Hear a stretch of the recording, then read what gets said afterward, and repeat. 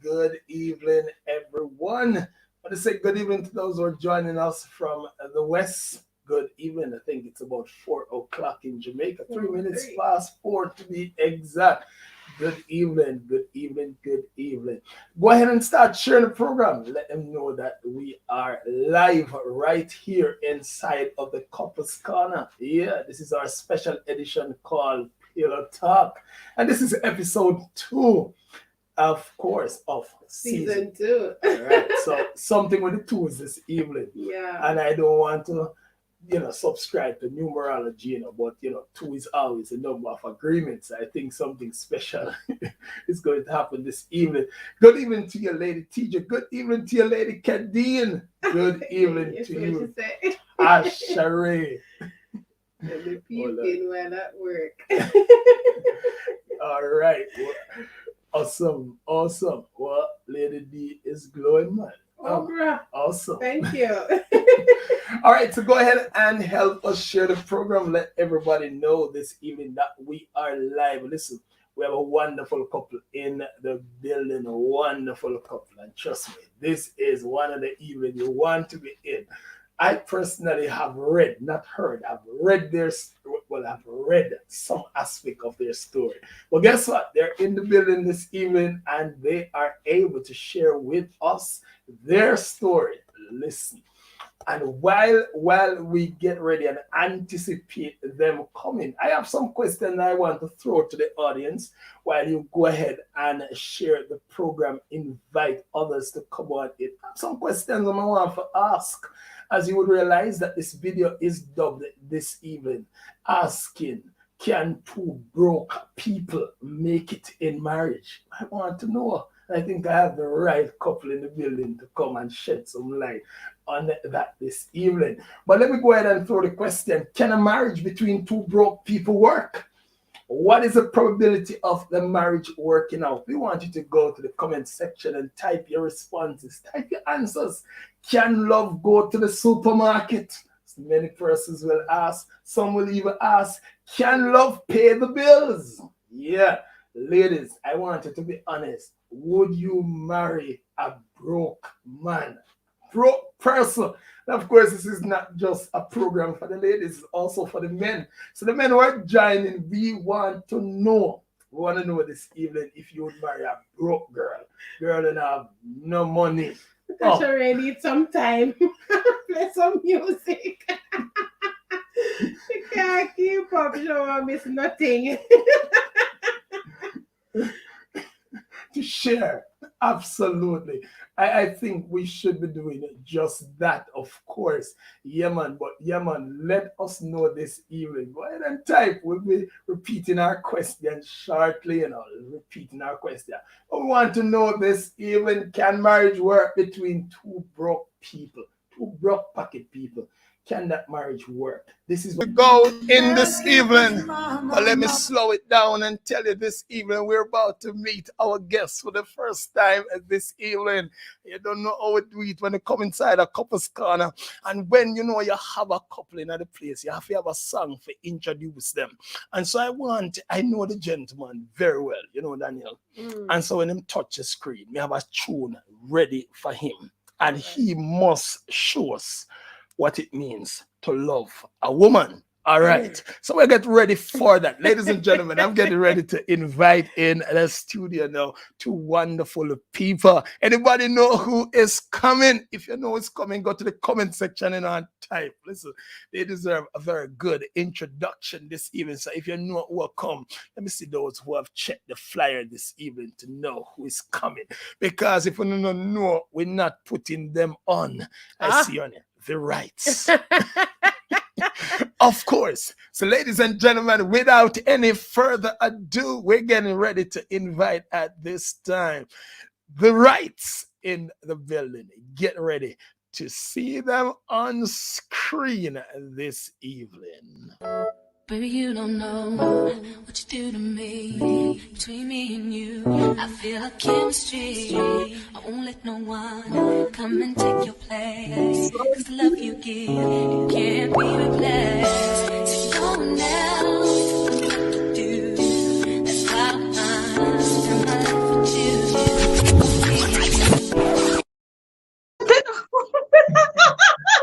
I love it. Awesome. I Excellent. love it. I love it. Pillow Talk, good evening. Yeah. Good This Hey. Welcome. needs to be on the radio. This, So this this is what program needs to be on a radio. We actually could be a disc jockey now. Yes. You could actually do slow job. It's this fit for a Sunday evening. Yes. Ice cream between 4 and 6 o'clock. Perfect. You probably have to Yeah. get it on the radio. This is so fun. Yeah, this is. wonderful. So, this is what I love about the Wrights. Every time them see me, them see purpose. Yeah. Oh, If I can check if I I can was check the amount of time, Yeah, if I can check the amount of time we ever interact, every time you come and you see me, you have something to declare over this. Amen. Amen. Amen. Awesome. So, ladies and gentlemen, on the screen, we have the lovely, the beautiful, the wonderful, the lovely, lovely, lovely, gorgeous couple. They are the Wrights. I know they have Yes. been to the Couples Con, well, not the Couples Con, They've but been to positive vibration. yeah. And they have spoke about purpose and all sort of stuff. But this evening they have come to talk about their love story. They have come to share with us about the journey, how they met, how things work. But you what? They are not going to escape, because when you come to the corner, you have to start the couples corner different from when you start the sermon. You know, when you're at church, when you start the service, Yeah, you look at draw for your worship. favorite song. Worship And you song. ask everybody to raise them hand. Well, this is not the place where we raise hand. This is the place where we want us to demonstrate love. Yeah. So, me I pull something up, I think I'm going to go for a Michael Bota. What do you think? Sounds Yeah. fantastic. And then we just leave Sir Wright demonstrate how love go. Ladies and gentlemen, over to the Wrights. Listen, nobody don't complain about red lipstick on it.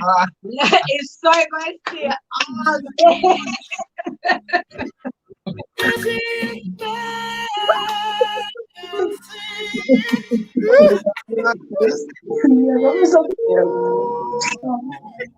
There's a babes.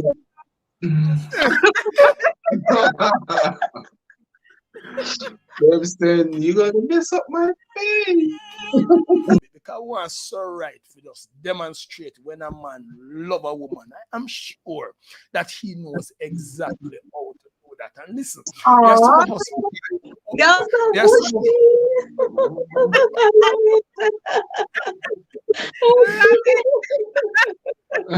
of those who are looking on, and we want to learn how to cherish the lady, So, Sir Wright, listen, man, you are on this special seat this evening, and you have a show. And you are I just want you to just look at Lady Wright this evening. I want you to just tell her. I just want you to tell her just 3 special words when you think about her this evening.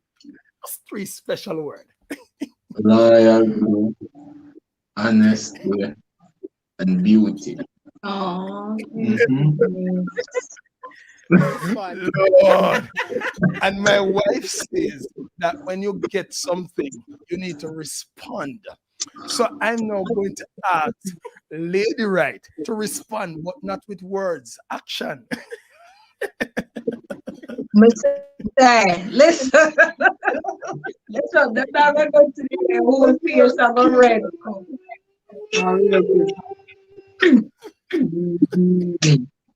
You kiss her. Um, You kiss her eh, all of the makeup. All of the lipstick on. Like, any more kids go on, me have to go put on more lips. God knows. Yeah. Lord have mercy. I never know say our wedding we are come. We never know. Like we Yes, couldn't tell me. Never put our white dress. You're already in white. So. Yeah, You know what? already white. And amazing.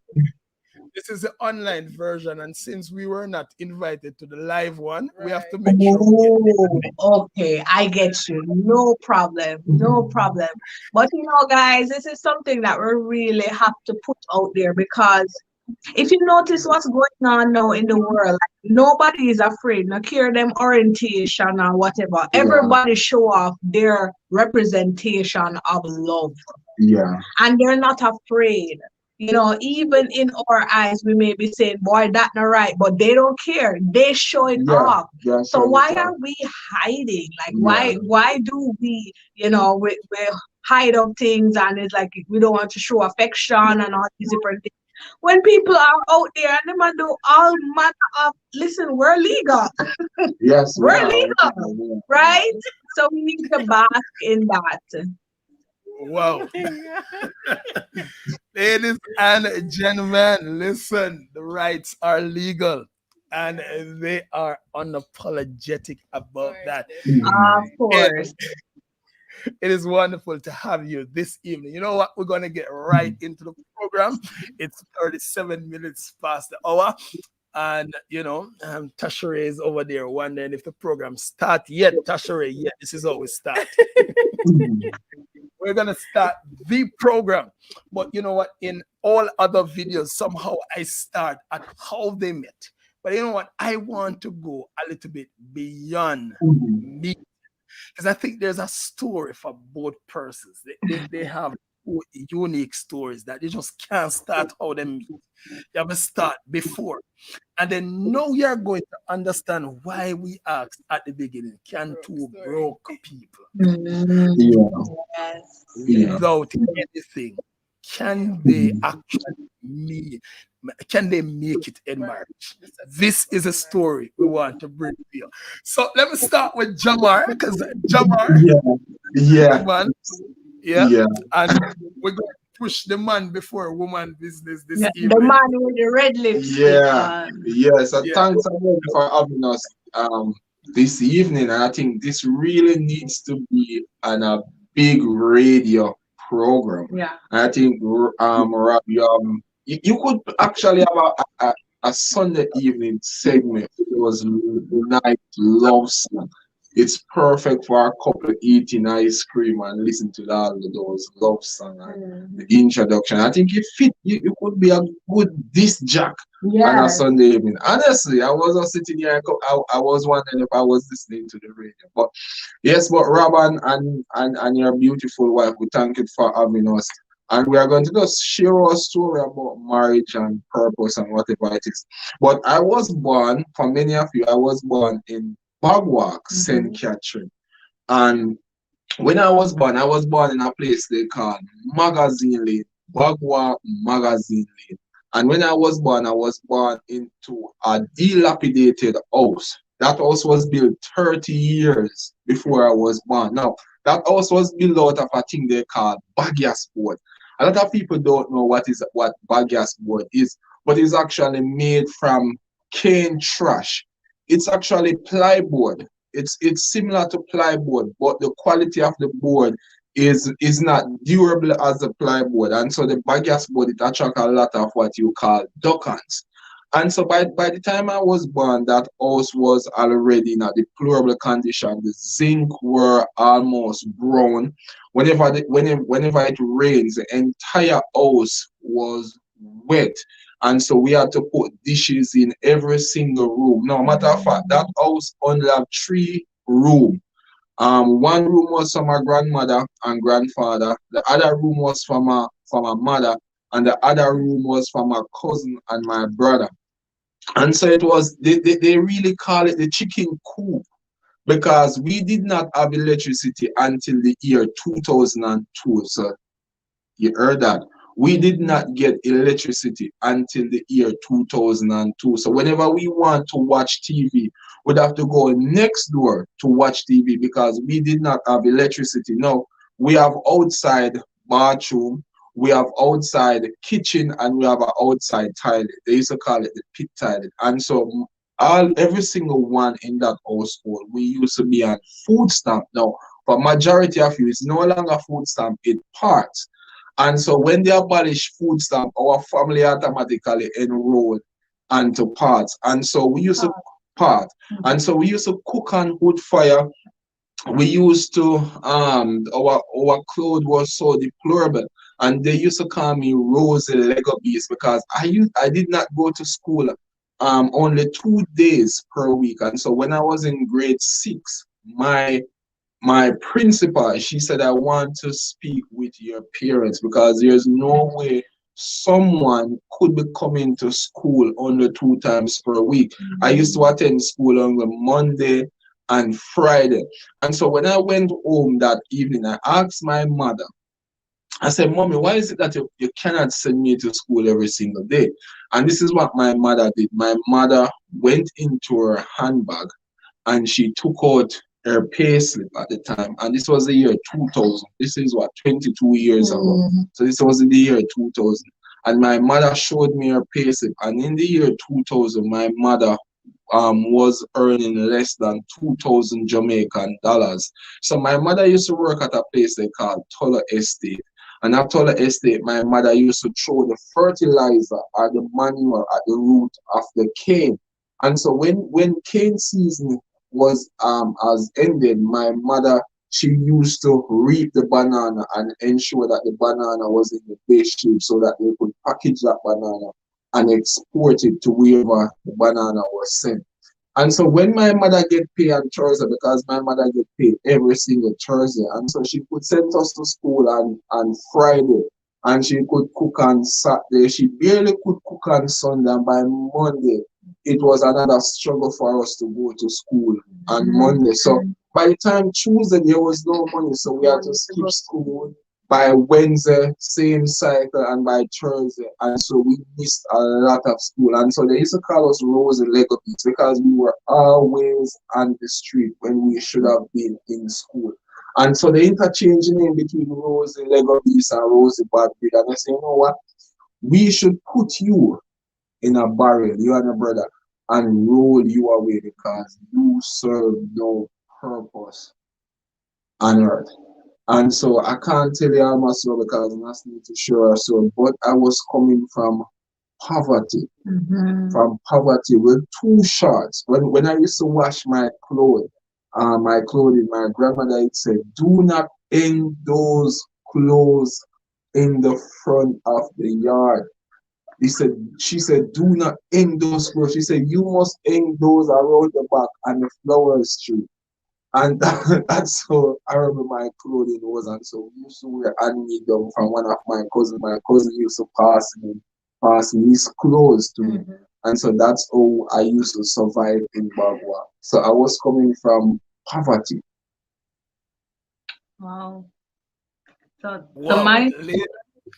Whoa. I know you're coming in, Natasha, but let me just weigh in and say, persons, listen, can a marriage work when someone is coming from that far? Wow. Can a marriage work? And can a marriage actually work? I want you to think really about that, because you might be at a place where you're contemplating marriage, you're contemplating, setting your life in order, perhaps, but you're looking at your situation and saying, who me? How am I going to make it? I don't even have a degree. I don't even have a job. I don't have anything. How are we going to make it? Well, let us now segue over to Nas and just hear her story. And then we're going to get to how they met. Sure. Thank you so much. So my story is much different from Jamar's, but it's pretty similar. I was born and raised in Almontown. For those who don't know Almontown is right below Woolmer's, where Hero Circle is. It is not the upper echelons of society, I can guarantee you. A garrison. So for those who look at me and say, boy, you know, our face look nice and here and think them have it. Yeah, but I don't know. I wasn't raised in that kind of background. I'm coming from poverty. And while it was I didn't go to bed hungry, I could tell by my surroundings that we didn't have everything we needed. And guess what happened? I've seen so many things in my lifetime. At age 10, I remember coming home from primary school, seeing my house burned flat to the ground. 10 relatives displaced. We were all living in that big board house as a family. And we were all displaced. We didn't have to bounce it on a bed. We had to, you know, find different spaces in a one room for us to sleep. And it was a very hard time. Now, 8 months after that, came home again to worse news. This time, my great grandmother told me that my father died. And I'm looking at her like, what? Impossible. My father was a police officer and he was shot execution style. Now, my father was my absolute world. When I tell you, my daddy, everything. My hero, everything. We had such a great relationship. My mother did rough and miserable. So, you know, my dad was everything. And it's so funny because right now, maybe Ami would say the same thing about me. And she love her father because she just don't play with me certain way. But I was a daddy's girl. And at 10 years old, I started going through depression. Real depression. Because I was walking around waiting for somebody to come wake me up because I did not want to believe that what happened to my dad was true. Anyway, I pushed. My mom ended up getting married, and now in fifth form, I passed for Women's High School for girls. One evening, my mother wasn't feeling well. She said she was going to go to KPH to get nebulized because she had asthma. And she was going to come back home. But because there was nobody else at home to stay with my brother, she said I should stay with him. And watching my mom walk through that gate to go into the taxi I got from her, that was the last time I saw my mother alive. So I'm now 16 years old, lost my father tragically, lost my mom, tragic to me, that very tragic, because it's one thing when you see a relative sick and they're deteriorating, is another thing for your relative to just die just like that. And I suffered. If I was having depression then from the father's death, imagine what I was going through at this age. 1 year after my mother died, my grandmother that was taking care of my brother and I, which is my mother's mother, she died from cancer. I've seen a lot of things. I've been through molestation and no gang violence. I had people I grew up with dying very early. You know, young ladies who probably had better circumstances than me, just wasting their life away. You know, I've seen many things, and you know, I used to worry that I was going to be a product of my, you know, my environment. And then after that grandmother died, I had to move back to Almontown. And so it got very real for me when I started university. But I want to stop there because that is how Jamar and I met. So then we're going to have to jump into that story. So I'm over back to you. I'm going back over to you. Ladies and gentlemen, I don't know if I can tell you any story worse than the two we have listened to. And I don't know that anybody on this platform can perhaps identify with any worse situation than this. But you know what? Somehow it's not where you start or how you start. But it's your will to keep trying. It's your will to keep dreaming. All right. So now we're gonna get to what Couples Corner is really about. We needed to get that part out there in order to answer the question, or as part of the question that we want to answer this evening. Because there are some young persons who are listening here, and you have been looking at your life, and somehow looking at it, it feels like it's the worst, like you've just going through the worst. But you've just listened to persons who have not just been through, but listen, they are doing well. They're excelling. I won't tell you their story. I'll tell you their information. I'll let them speak because they're 18 years and above. So we want to know, find how could a countryman, a man from a bagwalk, find himself go a ghetto girl, a girl from in the inner city. Okay. So the story goes like this. I'm picking up from Bagwalk. I know did I end up meeting us, and so I was always a dreamer, and because 11 of us used to live in Bagwalk, my grandmother used to always, every single day, she would say, someone needs to escape poverty. And she said, it is not fair for every single one in that lane that we were living, magazine lane. They used to say that those set of family, they were worthless. And they were saying that we can't believe that 11 people live in that big house and no one makes it out. And the reality, it was true. And she was saying that she was saying to me, we can't allow people what they are saying to become our prophecy. And she was always saying that someone need to escape Bagua. And so it happened that after I passed GSAT, I went to St. Mary's College. My mother struggled to send me to school. My father, at some point, he came in and helped, and then I got a part-time job. Now I went to fifth form, did CXC. I was successfully at CXC. I did 7 subjects. No, I did 8 and I passed 7. But I was always a dream. I used to just walk and daydream, leaving Bagua, getting better. And so I went to sixth form at St. Jago High School. I went to sixth form at St. Jago High School. Then someone said, you have an uncle. He was the head of Digicel.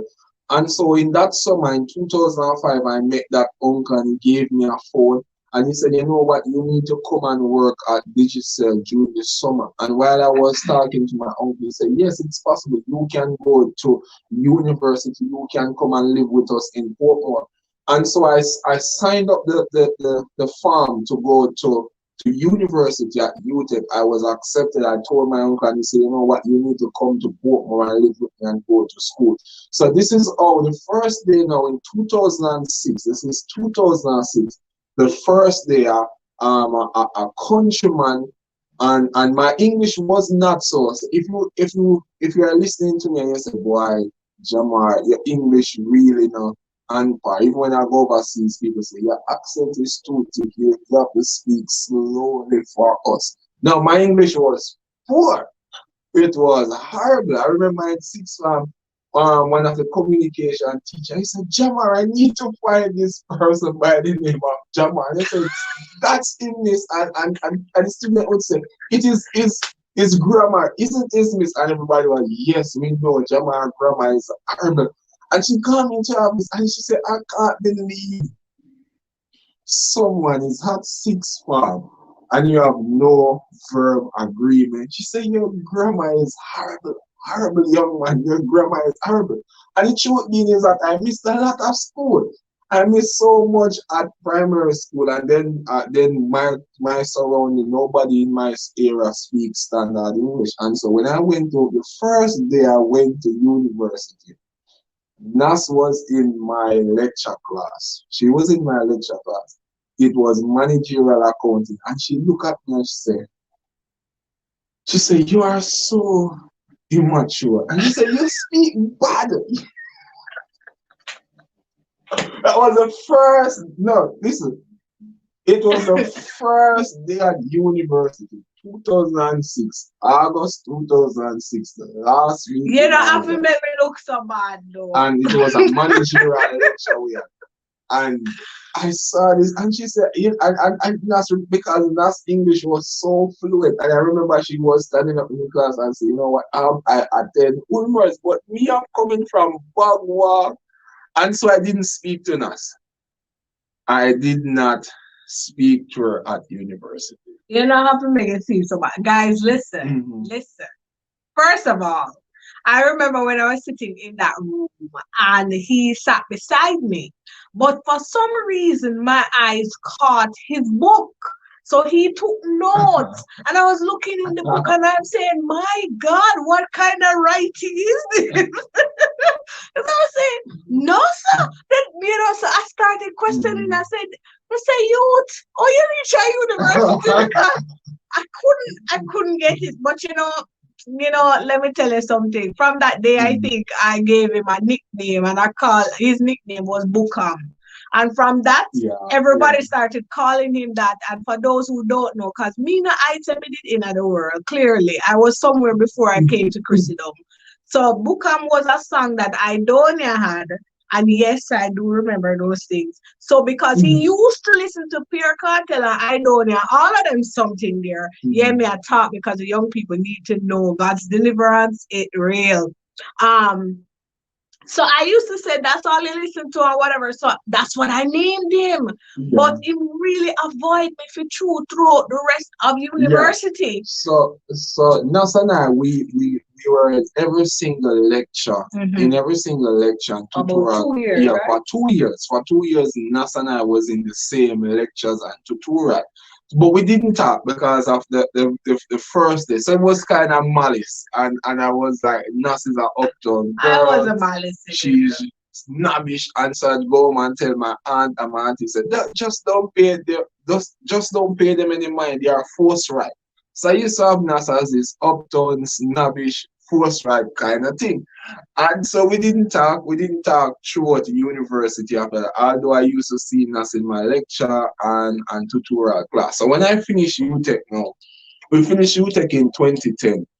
And so in 2011, I was at Jane working at the time, and I saw Nas in New Kingston, and she said, what are you doing, young man? And I said, well, I'm working. I said, what are you doing? And she said, well, she's working. And so in 2012, Nas sent me a request on Facebook, and out of all the people in the world, Nas sent me a Facebook and a friend request on Facebook. No, listen. If you walk up and down and tell people about me jumping and DM and then it wasn't like that. Let me explain myself.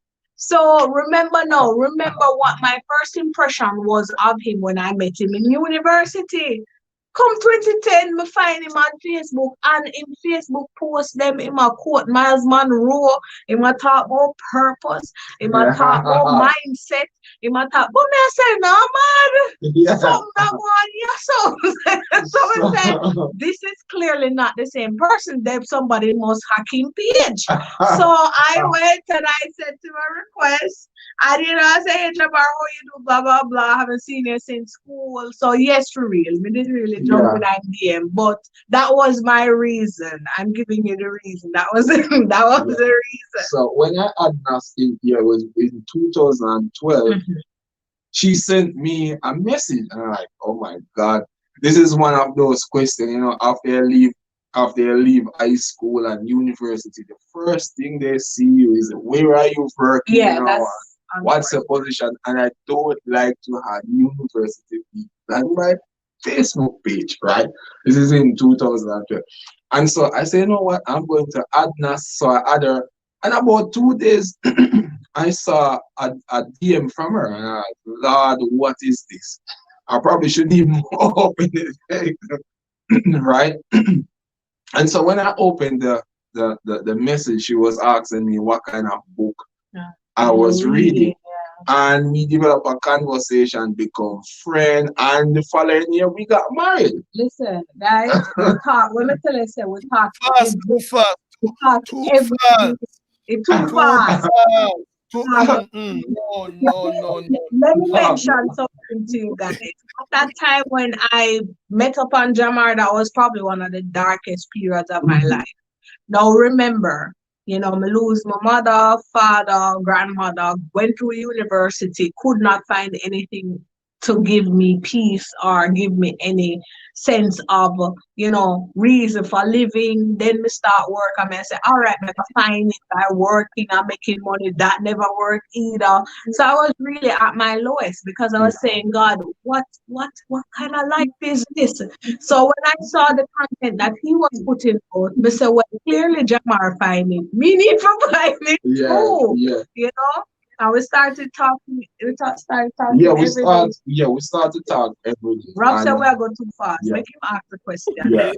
No man, me feel like when I skip out the deep. No man, the details. All right, we'll not skip out. Okay. Hold on, let me Nobody jump from Facebook to wedding day. No, sir. Okay. No. So when Nas messaged me at the time, I think I recently lost my job here because I was selling rum. I was what they call a bar contractor with my cousin. So we were responsible for the St. Catherine area. And so we used to go around, and our job for the month was to visit 100 bars in the St. Catherine area. And so you need 50 new bars and you must visit 50 old bars. And so I was there selling rum and selling Magnum and Campari because we were responsible for those three brands. And so I remember one day the brand manager for one of the rum, he came on the road with us because they have that responsibility of coming on the road with us suddenly. And so we were at a bar, and I remember this is why they did not renew the contract. And so he came, and we were in the bar with him, and he said, you know what? Because sometimes they gave us money to buy rum in the bar, because they are buying rum for you, you have to support them. And so when he came, he was buying rum, and he said to me, what kind of, he said, I'm buying you this rum, and I said, I don't drink rum. And the brand manager looked at me and said, what? You don't drink rum? And said, call me outside of it bar. And he said, young man, you can't be selling rum and you don't sell rum. Don't drink rum. And he said, the only reason why I'm not going to fire you on this spot, he said, because I used to sell Audi and drive a Honda. So he said, but next time if somebody asks if you drink rum, say yes, even though you don't drink it. And so I think in 2012, they did not renew our contract, and so I was trying to get this business up. And so at that time now, I met Nas, and so we begin to talk every single day. Every single day we used to talk. We used to be on Digicel 5 after. Yes, how did it go? Was it like 100 after 5 or something? Yeah. Guys, we would have done it by 9 o'clock a morning. Yeah. That's how many messages. 9, 10 o'clock a morning, the 100 message done. Yeah. I don't have to make sure we get credit. Go ahead, brother. You were gonna say something? You know, sad about the one here because and so we used to talk every evening. Nas used to play netball. Go ahead, man. Yeah, I'm saying anyone who falls in love in that particular period either have Claro, give me 5, or Yeah. That's fine. I tell you, say, listen, a whole heap of money they make off of it. But we made it work, and we never have no text. We go on Facebook Messenger. Yeah, ping, BlackBerry. Our BlackBerry. But we found ways to communicate. Yeah, we found BlackBerry. And let me tell you, with a talk from me leave out of the house in the mornings to at work, finish work, come back over. But the most important thing that happened throughout that transition of us talking, I remember we never did a date or anything. And him said to me, Nas, I'm going to church. I wanted to come with me. And I said, all right, because to tell you the truth, guys, me be done with God. Like, I don't know if anybody could have done with God. Me say me done with God because God never cared about me because God took everybody from me that I loved. Yeah. So I said, me not go on no church. So when he came, I said, oh, you should come to church. And I said, sure. Me no want go. Me no want Yeah. go.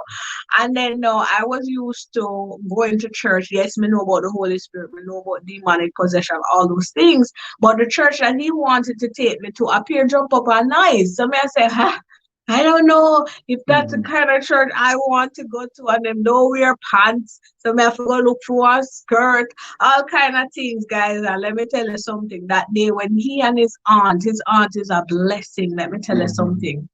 His aunt came for me the morning and we went to church and it was happening for months. Mm. And I remember I told you it was the darkest time of my life. One day I went to church and I knew I got delivered because for 3 weeks straight, Mrs. Robdon may have float. When me tell you say, like, it was almost as if I was having an outer body experience. That's how joyful I was. Because me I walked through life with so much years of brokenness and pain and just feeling so much hurt. 3 weeks straight, me I walk up and down the road like me I float. Because the power of God was so real to me. I went to the altar, I was praying, and before me know it, I find myself on the ground. And I was so appreciative of Jamar for doing that, encouraging me to, renew my commitment with God. So it wasn't about him I look sex or, because some men, they come and their aim is just one thing. He came wanting to help me in every single area, talking about goals, all these different things. And let me tell you something, at the time, Jamar wasn't working. Yeah. Because I recently lost my job, and so in 2013, now we said we're going to make plans to get married. Yeah, because which was 6 months. How the thing get serious? Let me try find out. How did you All right. You are married. They could back up again. Yeah. Oh, they have pressure with All right. What made you decide that, listen, we are going to start a relationship? But before you tell us, ladies and gentlemen, we're listening to Jamar and Natasha Wright. And listen, I am the one here who is, interrogating them because, we want to know, their story. We want to know how they have started. We want to know how they have overcome their struggles, and they have been doing well so far. Hey,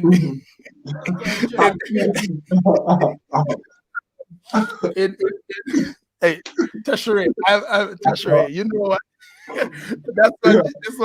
That's what you guys want me to do. So I'm doing just what you want me to do. All right. But we have listened to their story, coming, how they have met.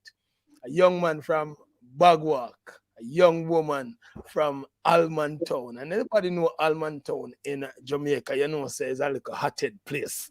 But they met in university. The young man, boy, never so nice at all. Yeah. Somehow, Jamar, I can identify with what you're talking about. That's the kind of girl I would avoid. You know what? She's the kind of girl I would not talk to at that point. I would not say hi. Yeah, true.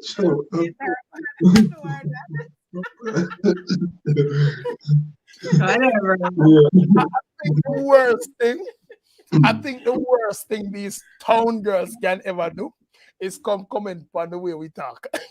Yeah. Because we already think they have it together, like we think they have it already. Yes, true. On it, we just avoid. But ladies and gentlemen, they end up again crossing the path. Yeah. So about 4 months. So about 4 months into us talking every day. One day my cousin interrogated me. So I was saying, what? Because my cousin, because I was on the phone so much non-stop. Non-stop with Nas. And because I was around my cousin get to know Nas now, and sometimes he would talk to Nas. And so his girlfriend now know Nas. So my cousin girlfriend and my cousin, they begin to know Nas because I was always on the phone with Nas. And so one day they say, what's up with you and Nas? Is a girlfriend or what? And I don't know. And he said, It's true. are you Mario? You remember the Mario song, Just a Friend?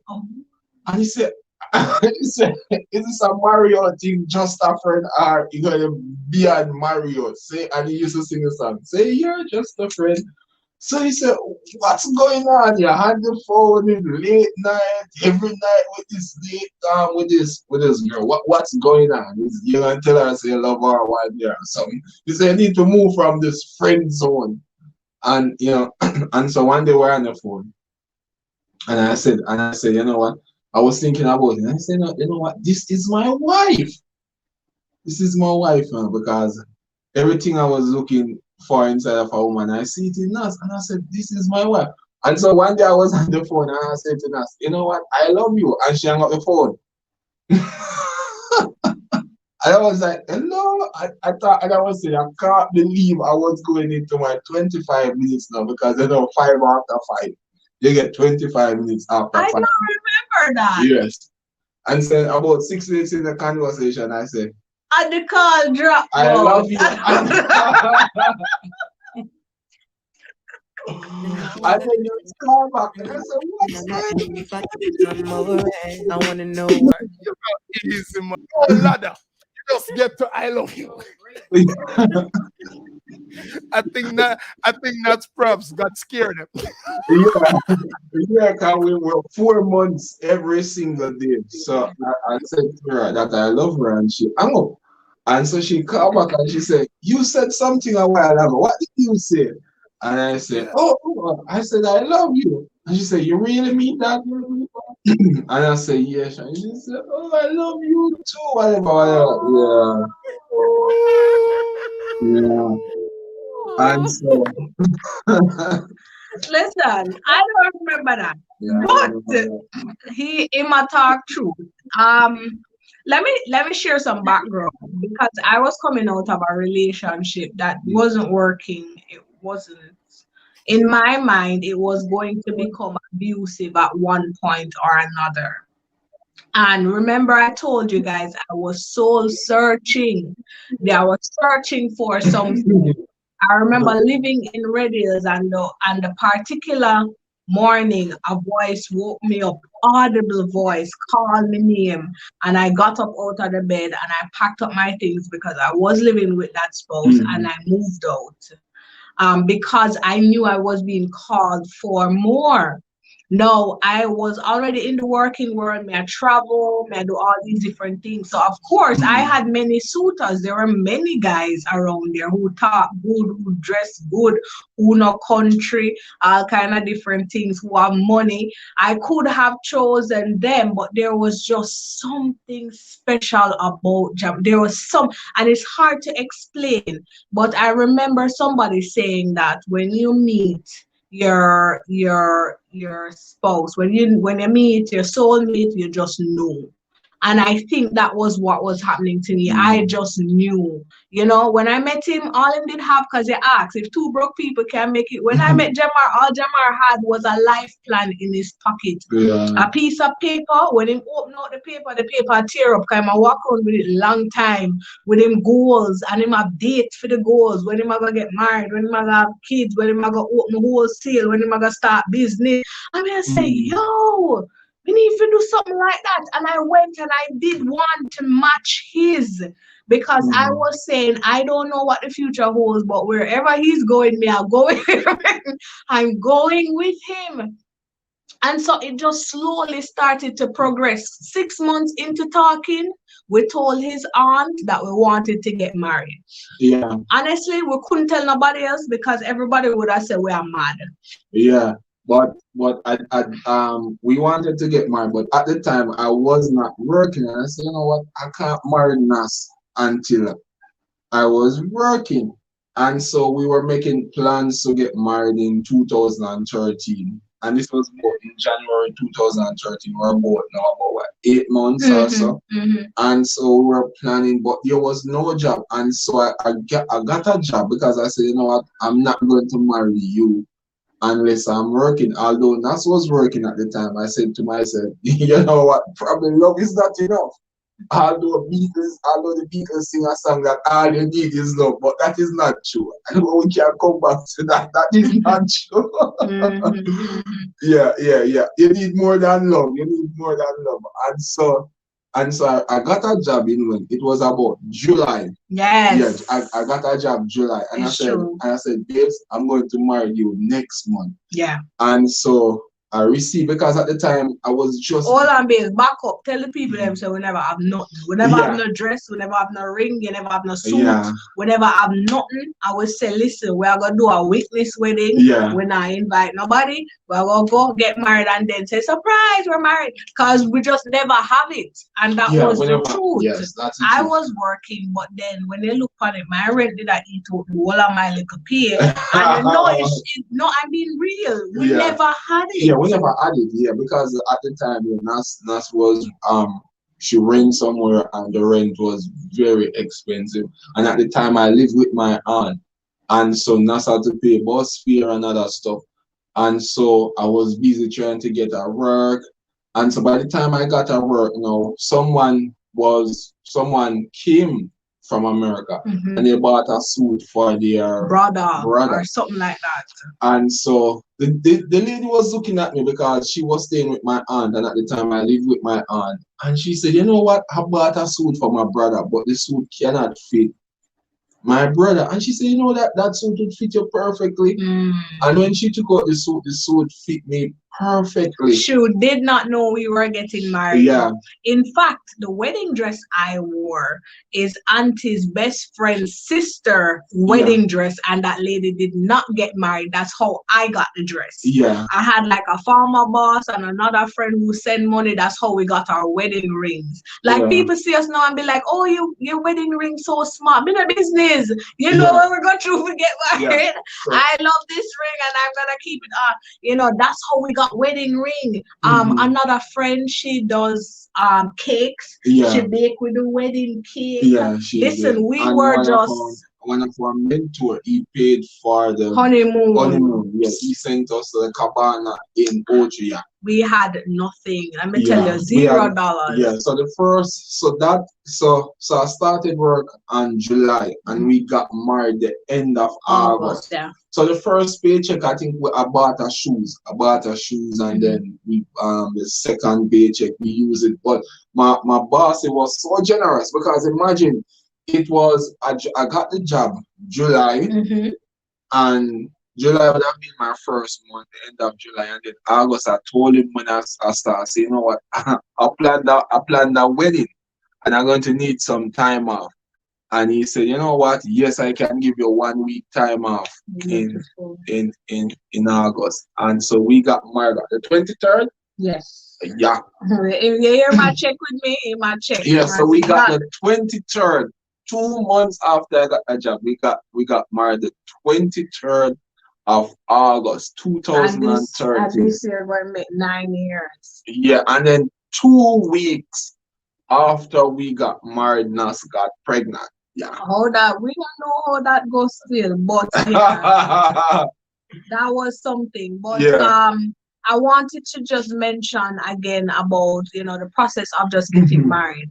I knew in my heart of heart that Jamar was definitely the one for me because, he saw me go through this process of just change and, wanting more and, seeking God, seeking after God. We were making plans together. So if you remember, I said to you, I started doing my plan based off of what he wanted. We started thinking up about businesses. As a matter of fact, Mind Food started that same month that we were supposed to get married initially. So Mind Food is actually older than our marriage. Yeah, and so when we got married, we got married literally with no money at all because the money that I had, we had to use it for the wedding. And then when we got married, now Nas had to move from a from that expensive place To another place. to another place so that the expense could cut.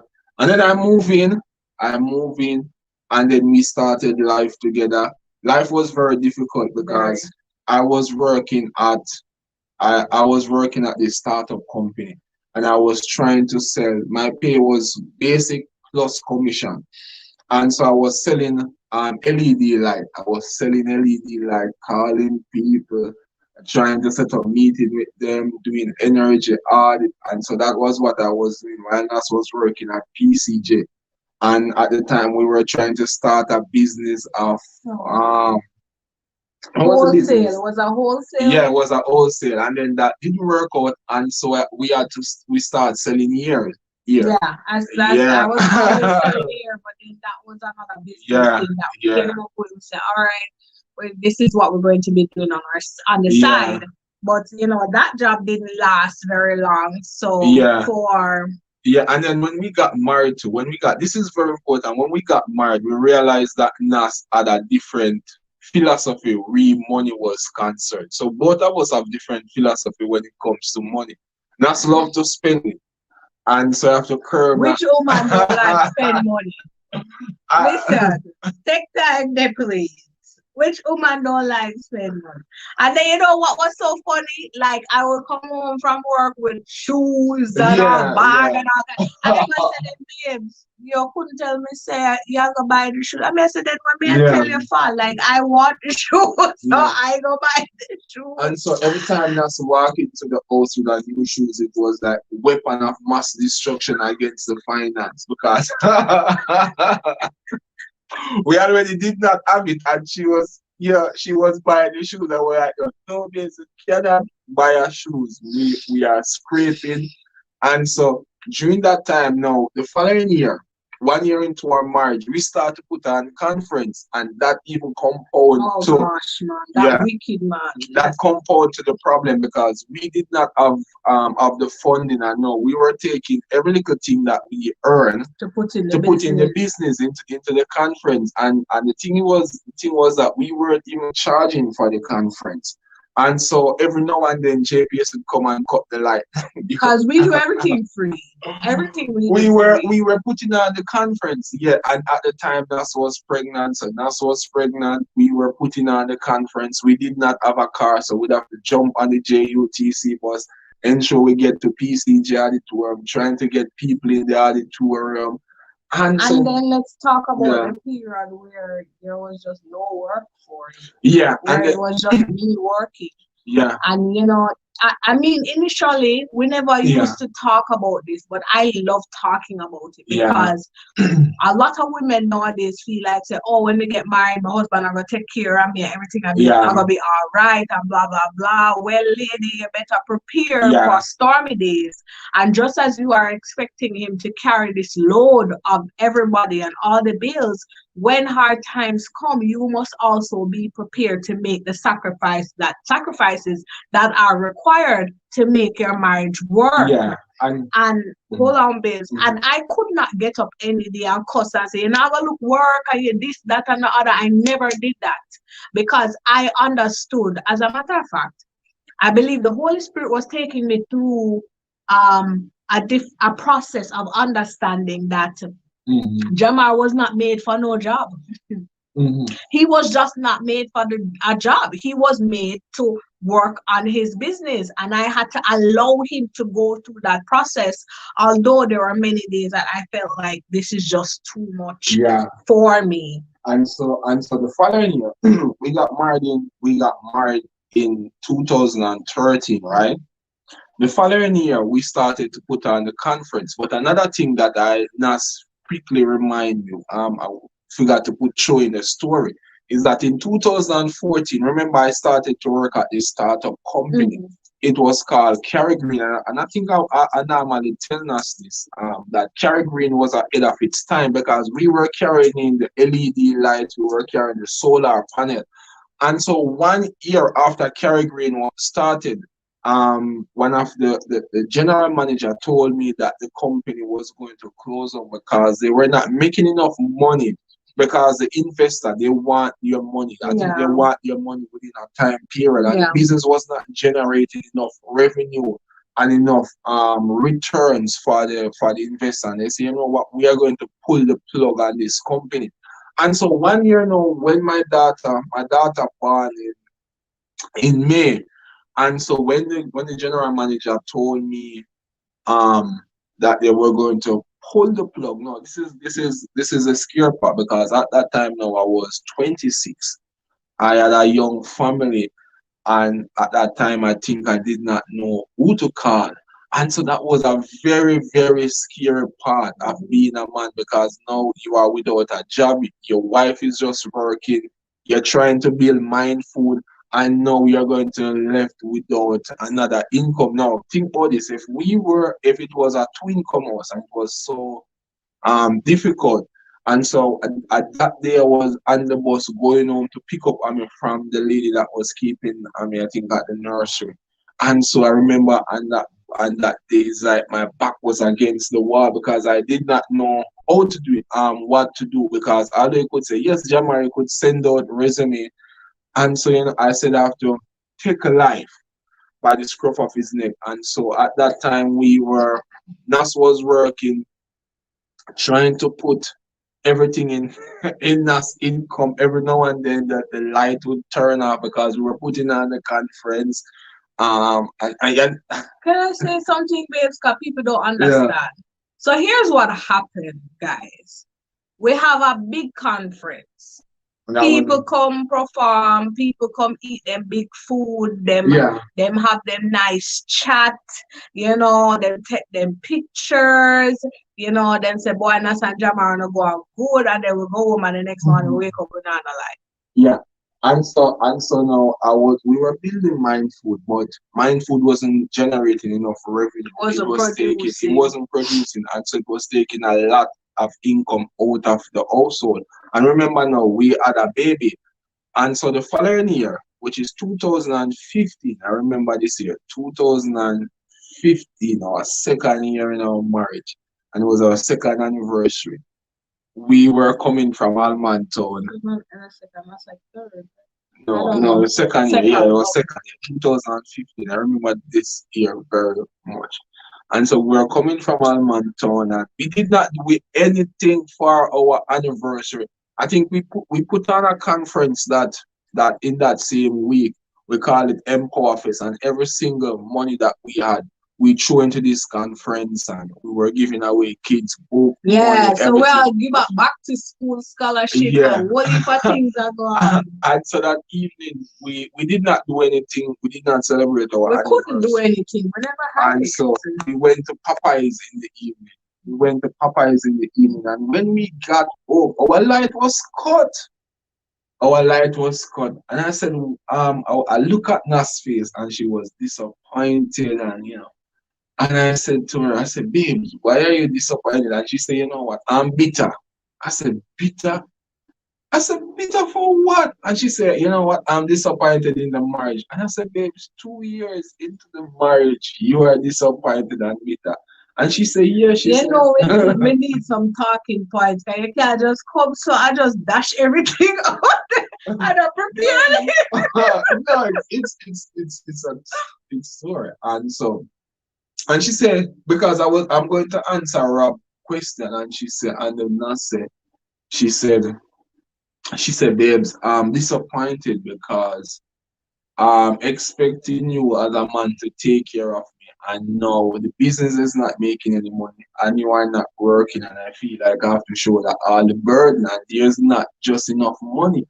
And I said, I said to my wife, I said, but babes, I think you married me for better or for worse. So just marry me for better and for better. And then she said, well, that is true, babe. She said, we need some more money in the household. And she said, I just get burdened by everything. And so I come back to Rob's question, is that can two broke couple survive? And here's my answer. The Beatles sing a song and they say all you need is love, but you're going to need more than love. within a marriage. And yes, two broke people in terms of not brokenness in terms of spiritual life or your soul, but lack money. Can they marry? Yes, they can marry because when Nas and I met, we did not have anything. But here's the point. Here's the point though. When you are married, you must have you must find your purpose, you must have a vision, and you must have a plan. Yeah. Because if you don't have a plan, if you don't have some form of relation, if you don't have any ambition, here's what will happen. Even if you married and both of you are broke for a prolonged period of time, it can rob your marriage of pleasure. Yeah. It's like eating ice cream and you cannot taste the flavor.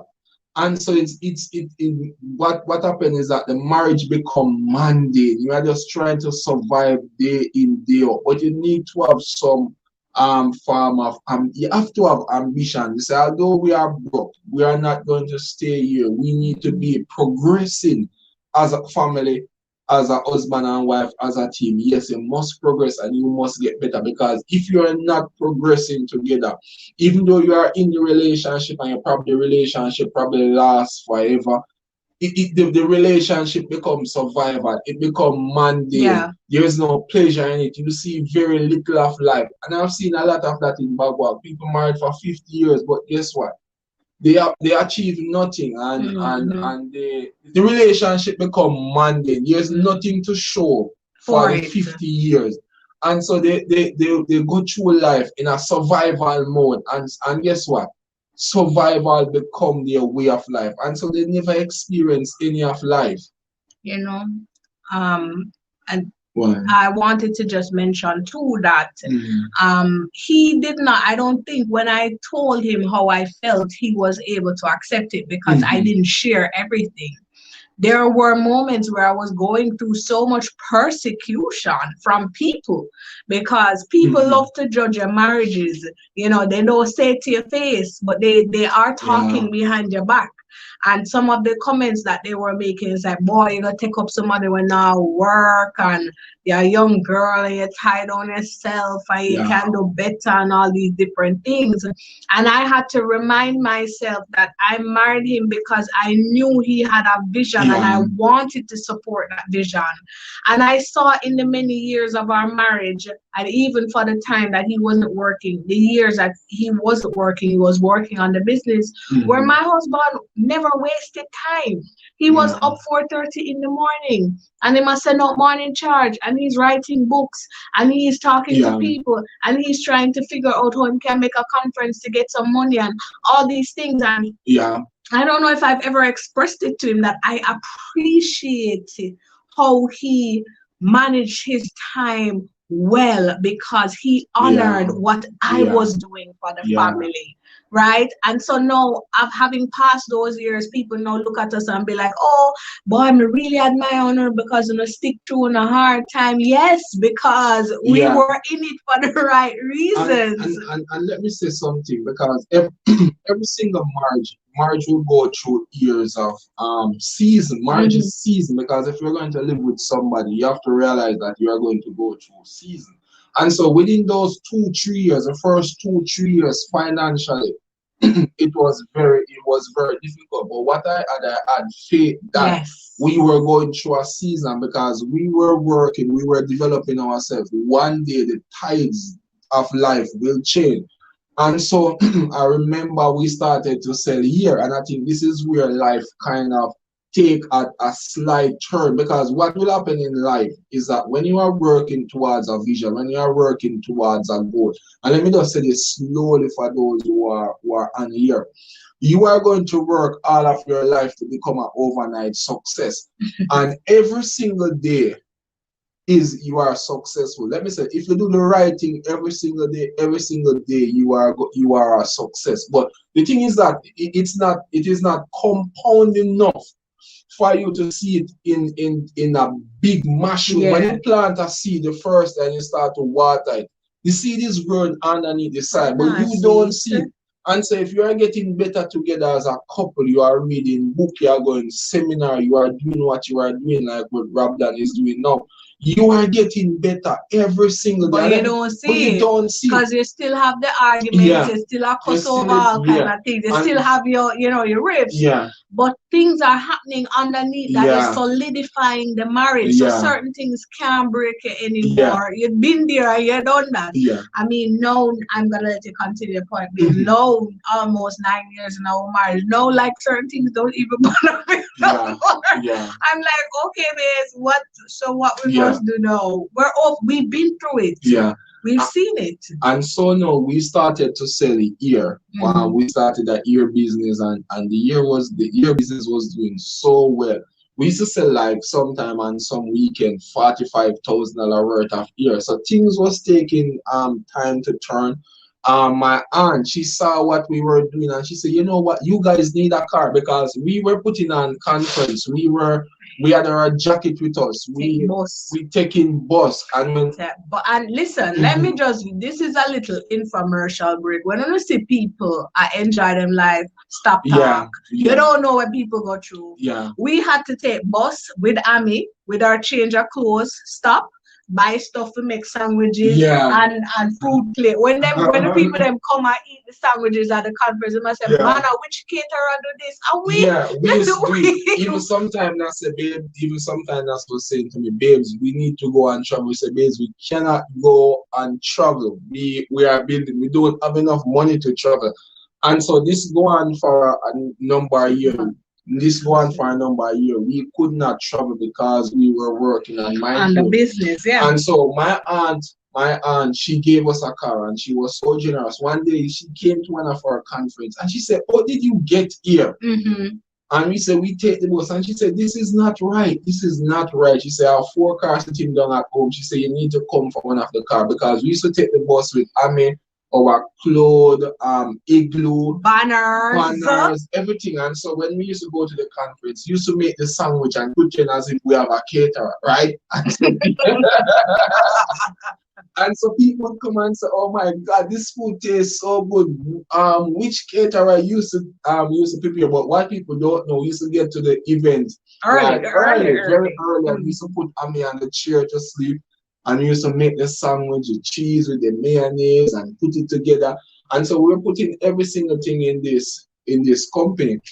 And now in 2017 we did a big conference. Mm-hmm. Yeah, in 2017 we did a big conference because all of the money that we were getting from the ear business, right? We were putting in some of the money in the business, and we were also saving some money. And so we had enough money to make a deposit on our house. But guess what? We said we want to push our faith. We said we want to do something big. Mm-hmm. And so we go big. We were throwing everything in. And so the money that we saved up for the house, guess what we did with it? We throw it in the conference. We put on a 2 days conference. Mm-hmm. We get a speaker. One was coming from England, and one was coming from Florida, and one was coming from Texas, right? So we had 3 speakers coming in for this. We were going big and big. We were going to do it. We have had on TV. We print flyers. We have a team going on. And all this time, the money was depleting because we were just throwing money into this thing, because we have a 2-day conference. The first day would have been at the Pegasus, and the second day that would have been at JC Auditorium. And we say, you know what, we are going to get 3,000 people in the JC Auditorium. And so I remember when we were going to pick up one of the speakers, we were putting up the speakers, all 3 speakers, at Spanish Court, and I remember we had run out of money. And so when we were going for the speaker, we could not pay for the accommodation. And so I remember when I went and pick up one of the speakers, it was the first time the speaker was coming to Jamaica. He was excited. But while I was driving, I was sweating underneath the AC because I did not know where I was going to, or I'm going to pay for the hotel accommodation. But I was driving with some faith, and he was saying, "Oh, Jamar, I love Jamaica. It's the first time I come wait to eat some jerk chicken. And I was saying to God, by the time I reach Spanish court, you need to make a way for me to pay for the speaker. Don't embarrass me here. And so when I got to the, the Spanish court, both speaker was there, and I could not pay for their accommodation.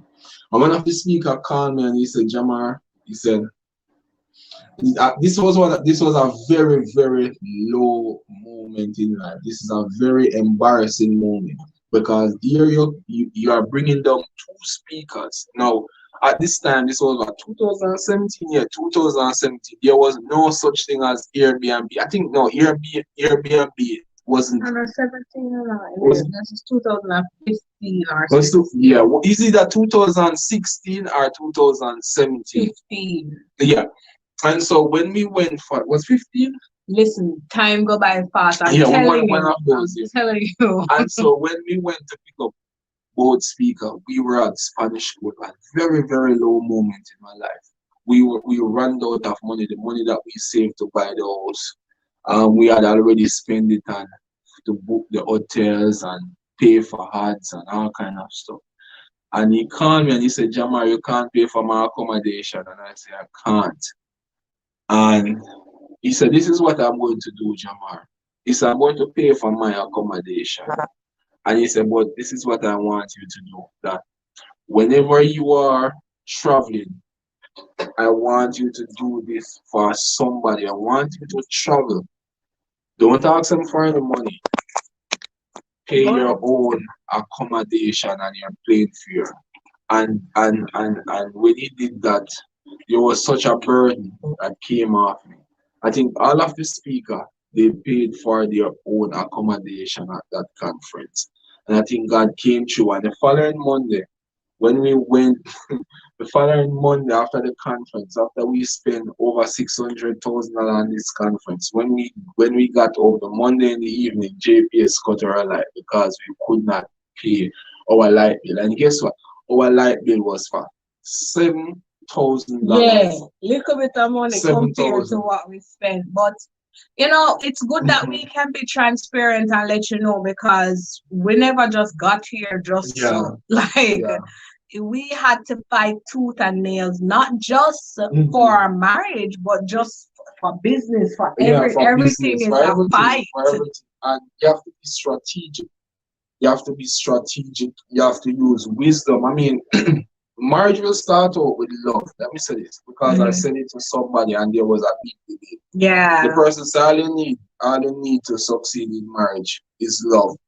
But that is not true. The Bible said something profound. The Bible said, upon wisdom a house is built. Now the word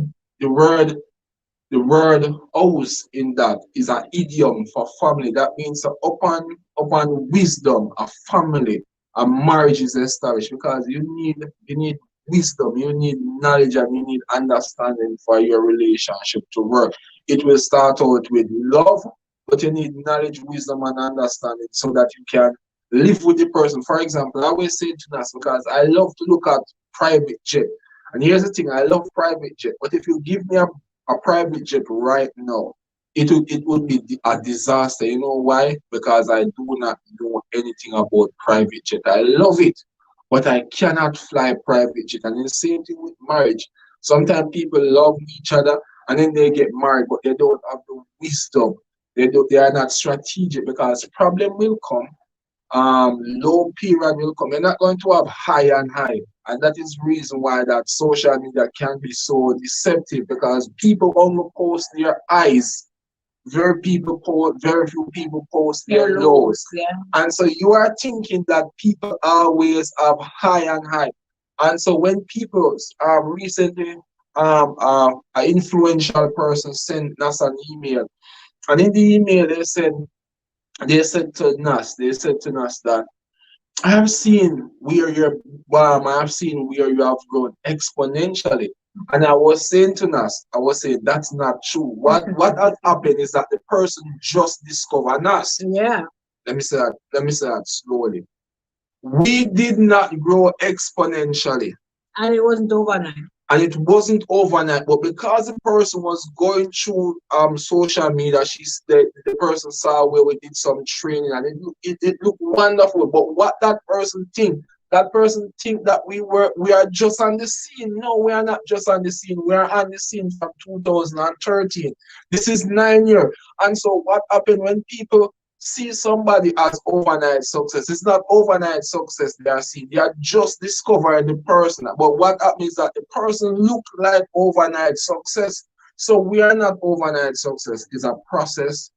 It takes wisdom, it takes strategy, and it takes vision, and it takes purpose. Because when you marry, you need to establish the purpose for the family. For the marriage. Yes. What are we doing here? Yes. Yes. I mean, I could have easily walked away if Jamar never had a plan. Yeah. Because me never gonna just sit down and just go through struggles for the rest of my life for no reason. Yeah. But he had a vision, and he painted the picture of the vision, and I saw it, and I said, okay, well, he's not the best at English, not the best at communicating. I said, all right, babes, tell me what you want. I'm easy back, I'm a see it, and then I run with it. If him tell me, say, tomorrow I want to talk to the prime minister, I'm gonna find the prime minister, because I will know where to go and how, how me can work my way through it. But that's why it's so important for our men to have a vision, right? So we can support. So we look forward to something. Yeah, I think it was okay. Go ahead, Rob. Listen, me just over here as I clap my hand and I'm smiling. I'm good. But I will say to the persons who are joining us for the first time to just go ahead and hit the subscribe button. Because you cannot get them good Sunday evening treat you. Them things just happen overnight. It was a process. Yes. Sending message and connected. And making sure the time ready. So I'm going to invite you to go ahead and subscribe to this channel and help us to keep growing and bring positive content to persons. Let us know marriage can work. Yes. I think they've done so well in answering our main question this evening. Can two broke people with no money, what is the probability of that relationship working? And you would have heard from Jamar that, listen, you can start with love, but you need something else. Because although they had love, that didn't stop JPS. And although they had love, it didn't stop them from taking the bus. So, along with the love and the passion that you have, I hear Nas keep saying it. You need a vision. You need a plan. You need to know where you're trying to go. Go and listen. 9 years. Yes. Go ahead. Rob, I think sometimes, especially in church, people in church, I think sometimes we are spiritual, because I always say to Nas that when sometimes people in church get baptized, they throw away their brain. They no longer think. And sometimes they become over spiritualized things, and they don't think, they don't use principle. And so you need to apply principle in life so that whatever you are doing, you can be successful. Now, prayer alone don't keep a plane in the sky. Unless something horrible wrong with the plane, the miracle step in. But it's a law of aerodynamics that allow a plane to fly in the sky. Now, if someone don't understand the laws of aerodynamics, then he cannot put a plane in the sky, no matter how much he pray. But even a person who do not even believe in God, if they understand the principle and laws of aerodynamics, they can put a plane in the sky. Now, a lot of time, people in church, they do not discover principles and laws to make their life effective. If you pray over a seed will never grow until you plant that seed, because it is a principle, it's a law. It's the same thing. When you get married, you need to have a plan for your future. The Bible says, in his heart, and let me break down what heart is, because a lot of people misconstrue what the word heart is. The word heart in Greek The word heart in Greek, it simply means your subconscious mind. The word heart in Hebrew, it simply means the center of reason. So the Bible says, in your mind, a man makes his plan, but it's the Lord God that directs your footsteps. So let me say this slowly. God has a plan for you, but God does not plan for you. In other words, God will not come down here and write a plan for you. You need to have a plan for your marriage. No, you need a purpose. You need something bigger than a goal. No, when you buy that house and you say, oh my God, when we got married, we are going to buy a house. Remember that when you hit that goal of buying the house, the novelty will wear off.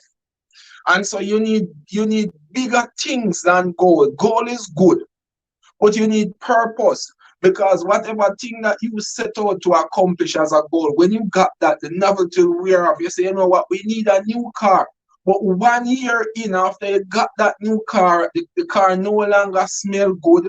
The car begin to give you a problem. The novelty of that car wear out now. And guess what some people marriage become? Their marriage become just to make ends meet. Yeah. We are trying to pay off the mortgage. We are trying to pay the rent. We are trying to pay the school fee. We are trying to send 2 kids to prep school. And that's what their marriage become. And guess what? Over a period of time, their life is just paying bills. You're not here to pay bills. Your marriage is bigger than paying bills. Your marriage was God have you guys together. God put you together so that you can move human race forward. That is what purpose, that is what vision is. And so when the Wrights and the Robdon family come together, we have a bigger plan. Yes. It's bigger than gold. It's bigger than just buying a house, buying a car, buying a watch, taking the next vacation. Because guess what? The novelty will wear off. All of us can attest to anything that you desire. Probably you want a new phone, and guess what? You get the new phone. But right now, a month in, 3 months in, or 4 months in, the novelty of getting the new phone wear off. But you need purpose that you can get up. You need something bigger than yourself. That guess what? Even though I'm discouraged, even though I'm weary, there's something. I have something. I'm still pushing. I'm still going. And so even that now, when our times come, because I was telling somebody, when Nasa and I had the radio program and here, we had to make up quick. Nasa and I can't vex for too long. We are business partner. There's no way. We could have cut 2 minutes before we go on air. Yeah, 2 minutes. I can imagine the Robdons with them have to go through. Because even already a big cuss out when the camera or the mic turn on, see we are. Yeah, I remember one morning, Nasa and I, we had a big argument because I was telling us, I said, babes, because what had happened, because we had the radio program on Newstalk on Saturday morning, it starts 6:30, and so we have to get up from about 4:30 to get Anna ready, and so that we could go to the radio station. I think one night we normally used to set our teaching plan from the night before, and when we got up, there was no teaching plan, and so we were so miserable. We were arguing in the car straight to the radio station, and then we get to the radio station, we were still fussed. And then when we get to the radio station now, outside the radio station, still fussed, and then we realized we have about 10 minutes to go inside. And when we went inside, we just have to say, hello, good morning, this is the old deal, and we have something, and we have to get rid of that very quickly. And so you need something bigger than just a house and a car, because some people, you're malice in your spouse and whatever it is. And let me remind you that if you're malice in your spouse, your prayers are not going to be answered, because Peter told us that. And so you have to be very, very mindful of how you treat others. And so Nasa and I, because we have a bigger purpose, we can't malice each other for too long. Never. So if we argue, we have to make up very, very, very quickly. Or put the argument on pause and deal with something and then come back. Come back. You can't put. We do that sometimes. We put the argument on pause and then have a business meeting and then go back. And, guys, and life it is life. And I want to talk to the ladies who are seeing their counterparts, meaning you're seeing your colleagues, your friends, and they might live a particular lifestyle, and you're saying to yourself, boy, me and my husband just they are struggle, and not now go out for we, and people out there in the world will not even know God and live good life. Why we have to, let me tell you something, every man has his process. I had my process. Jamar had his process. And I had to understand that while things weren't going well for us was the time that God was using us or teaching us how we will be out there and how we will be helping people. So I don't want you to sit and be looking at other people and being envious because they don't know what's happening behind closed doors. And you need to remember that, you know, your marriage will work if you work. Your marriage, it will work if you work. And it is up to you to ensure that you get it to work. So stop looking for the greener grass next door. You don't know what kind of manure they're using. You don't know what kind of water or what grade grass it is. You just work on what you need to work on. Because at the end of the day, your marriage is going to be a blessing to many persons. If you have children, instill it in your children too. Jamar mentioned it so many times. Everywhere we are, Ami is. Because we are passing on a legacy. So Ami will know how to put on events. Ami know what it's like to get up 3 o'clock in the morning if you have to go travel. Ami understands our routine. Earlier when we were getting dressed, she said, oh, mommy, let me go for shorts. And I said, baby, why are you going for shorts? Oh, because we're going on the road to go do videos. And I said, no, we're not doing that tonight. We're actually going to be in the house. She's like, oh, okay. I said, okay.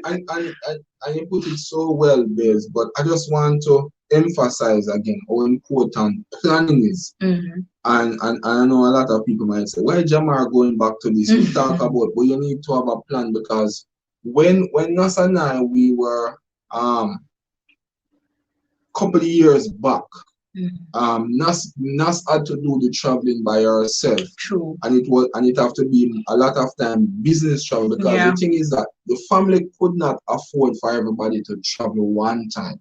You're with me? And so because we need the money to put in other area of the business to fund whatever we were funding. And so because we have a plan, you cannot be impulsive with the money. So when you have a plan, it prevents you from being impulsive. Right. It's like you're trying to save to buy a house, to get a house. But because you don't have a plan, as you get the money, you're gone somewhere else. You buy a new shoes, you buy a new, you buy something, you buy expensive something, and because you are impulsive, you cannot win. But when you have a plan, when you are strategic, you can plan and win. So you say, you know what? We are planning to buy this house. We are planning to put more money in the business. So we cannot buy a Jessica Simpson shoes today. We cannot travel to Florida next week. Even if somebody is traveling, it has to be one. We have to be strategic. But there will be a time that when we can do it together, because we have a plan, we have a system in place. And so when you have a plan in place for your family, for your business, it prevents you from being impulsive. And guess what? People with plan win. They are not the people. Let me say this: people and couple who win in life, they are not the brightest, they are not the smartest, they are not the best, but they have a plan. They have a plan. They are not impulsive, and they work the plan. Your plan will work if you work it. Can I just after coming off of your talk about plans? So if the couple broke, I have a vision. I have a plan. You have a relationship with God. And you're not lazy. You must make it. One thing about the Wrights, we walk from morning light. We are go straight back. Go straight back. Sometimes I have to cry, and I say, Jamar, no, because Jamar will have me doing so many different things. We're not afraid of work. Work. We don't back down from it, and we're persevering. I mean, I'm going to be very honest with you. We come under so much flack. Whether it is the church community, I say we are not true Christian, or you have people who say, oh, we hype, or you have another set of people who say, oh, them don't really man, I just saw them go and them just at them upper society people they will not know nothing. With the amount of flack we go through, and we just have to take it with a grain of salt and keep moving. You get what I'm saying? Are we going to stop what we're doing just because of a few things that people are saying? Absolutely not. Because at the end of the day, our end game is to help people. That is our focus. So if it is that you decide that we're not going to be living this lifestyle for the rest of our life, we want more, then you need to work. You have to help. Ladies, don't just say, oh, I'm the man for do. No. You need to work. You need to have a business. You need to do something. And I have this thing where I say, do not expect anything from your husband and spouse that you don't plan on giving. So any demand I go and make of him, me I put it in too. You understand? And so you have to have a plan to win. Every single human being can win. But so that's why God give you vision. That's why God give you intuition. That's why God give you knowledge. God did not give Adam table. Let me say this. God did not give Adam table. God gave Adam trees. But God put wisdom, knowledge, and understanding in Adam for him to take a table from out of the tree. But you can win in your marriage. But you have to be very strategic. You have to be diligent, and remember, you have to continue. You know, having a vision for a company, or having a vision for your family. It's like blowing air into the balloon, and so you have to constantly tell people your vision, especially when you are going through a rough season. You say, babes, we are going to make it. Although we don't see a way out, but this is that coming someday we are going to make it. We are working on this.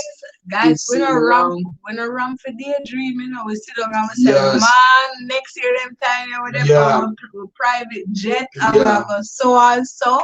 We dream. Like there's nothing that will stop us from sitting down and having a moment and say, boy, you know, say, well, mindful that will take off and now be big in a man. You will catch a break, because this is life and probability. Listen, if I give you a dice, and this is how life works because it's a principle.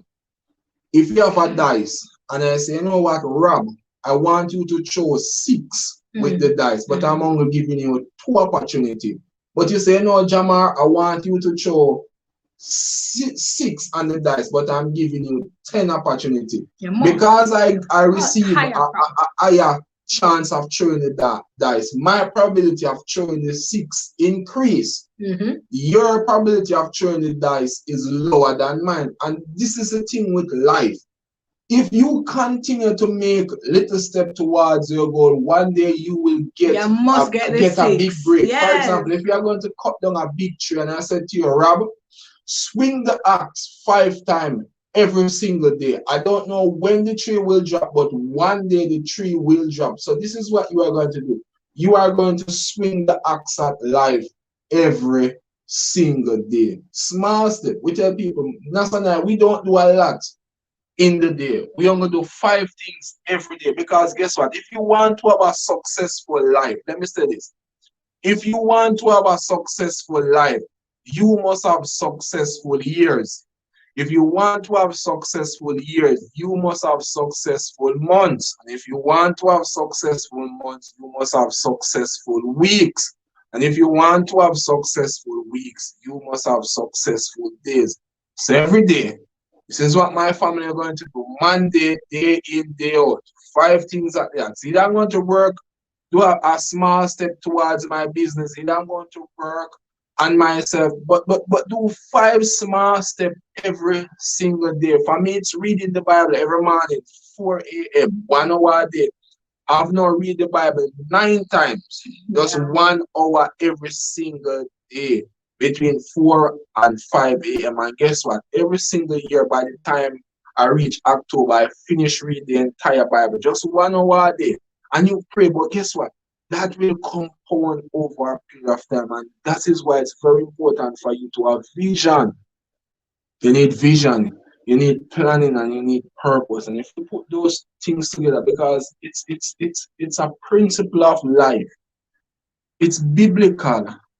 And we have to extract the principle of life, the principle, and apply it to my life. And you can win. The thing is that a lot of people, when they get married, and that this is why I always cautious. There's a church in Jamaica. They don't allow you to teach about marriage unless you're married for 10 years. I asked the pastor one day, I said, why? And he said, this is my opinion. He said, it has nothing to do with scriptures. He said, this is just my personal opinion. I don't allow anybody to preach in my church unless you're married for 10 years. And he said, this is why. He said, because I believe that when you're married for 10 years or more, you have gone through enough challenge in life so you can teach. And so when a lot of people get married, the first 2 years is honeymoon. And they believe they know everything about marriage. But there's a season will come, down period will come where you need to arm yourself with knowledge, wisdom, and understanding, praying and God, and know that you can get out of the rut. Mm-hmm. But if you don't have a plan, you're probably married for life. But guess what? You will go through life wondering if I will ever get a breakthrough. It's like eating ice cream. If you can't taste ice cream, you lose the flavor. You lose the pleasure of it. As Robdon has quoted the scripture, it said, money answereth all things. Yes, you live on earth.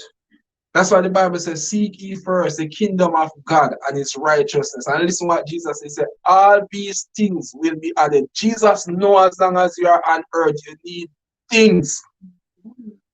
And that is where money comes in. Money, the Bible said, money answereth all things. You are going to need some money and you are going to need wisdom to make it through life.